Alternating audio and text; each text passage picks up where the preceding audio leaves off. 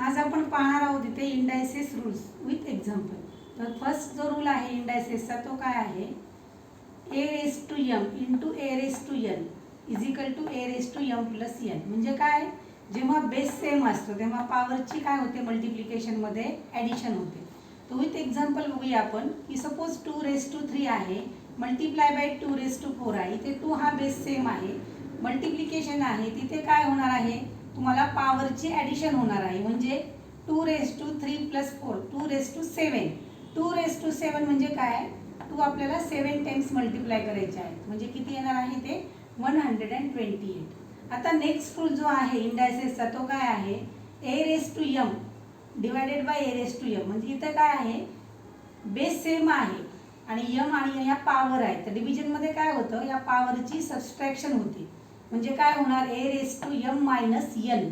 तर with example बघूया आपण. हा 5 जो बेस आहे तो सेम आहे, याची पॉवर किती आहे 5 raise to 6 divided by 5 raise to 2. तर आता काय होणार इथे 5 रेस टू डिव्हिजन असल्यामुळे या पॉवरचं सबस्ट्रॅक्शन होणार. म्हणजे 6 मायनस 2 म्हणजे 5 रेस टू 4.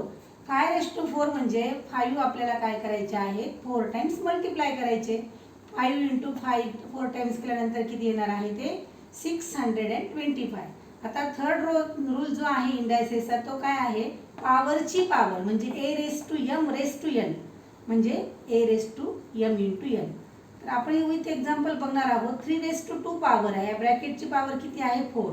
म्हणजे पॉवरची पॉवर म्हणजे काय होणार इथे 3 raise to 2 into 4 2 into 4 is equal to 8. म्हणजे 3 रेस टू 8 म्हणजे काय करणार आहोत इथे 3 जे आहे ते 8 टाइम्स मल्टिप्लाय करणार आहोत. तर ते येणार आहे तुमचं 6561.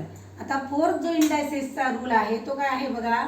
सपोज आपल्याकडे ए बी आहे रेस टू एन आहे. म्हणजे काय, ही जी पॉवर आहे एन ही ए साठी पण आहे आणि बी साठी पण आहे. म्हणजे a raise to n into b raise to n. इथं काय करणार आहोत आपण, एक्झाम्पल घेतलं समजा 2 आणि 5 आहे 2 into 5 that is 2 raise to 5 into 5 raise to 2 raise to 3 into 5 raise to 3. म्हणजे काय होणार आहे 2 ची जी पॉवर आहे 3 म्हणजे 2 3 टाइम्स आपण मल्टिप्लाय करणार आहोत आणि 5 काय करणार आहोत 3 टाइम्स मल्टिप्लाय. 2 रेस टू 3 म्हणजे 8 येणार आणि 5 रेस टू 3 किती येणार आहे तुमचं 125.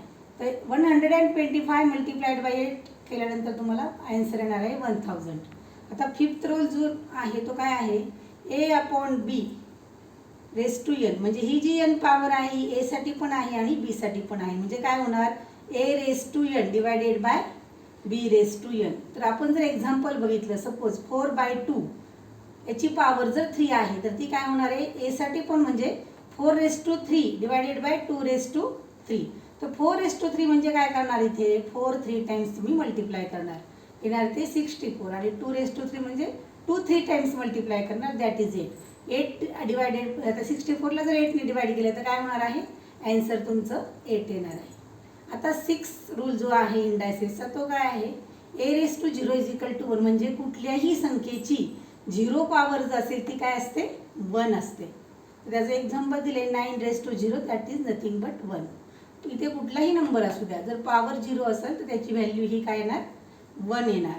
आता 7th रूल जो काय आहे तो बघा काय आहे, a raise to minus N. म्हणजे समजा निगेटिव्ह आहे त्याचा आपण रेसिप्रोकल घेतो, ह्याला पॉझिटिव्ह करण्यासाठी काय होणार आहे 1 upon A raise to N.